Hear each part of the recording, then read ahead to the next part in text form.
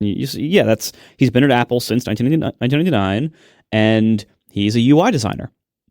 Oh my God, a UI designer who's in charge of UI design at Apple. Imagine that. This has not been the case for the last 10 years. We didn't know if there were any left in the company. We don't know really from the public's perspective. We don't know anything about Steve Lemay. But this to me is a promising new direction.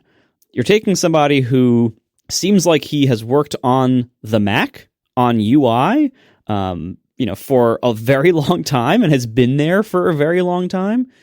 Maybe this is just me being sensitive in these areas. One of the things that kind of rubs me the wrong way is that I love two things that historically a lot of people have not loved: podcasts and computers.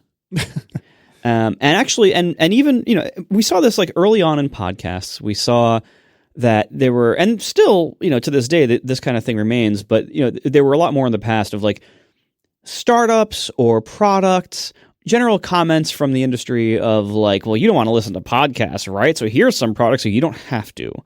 And there was kind of this kind of assumption baked into a lot of discourse out there from like the general public for a long time. Less so now, but for a long time of like, podcasts, God, those are terrible. Why do you want to listen to podcasts? And kind of assuming like, of course, everyone agrees with that. And that same common attitude has been levied at computers for all of computing.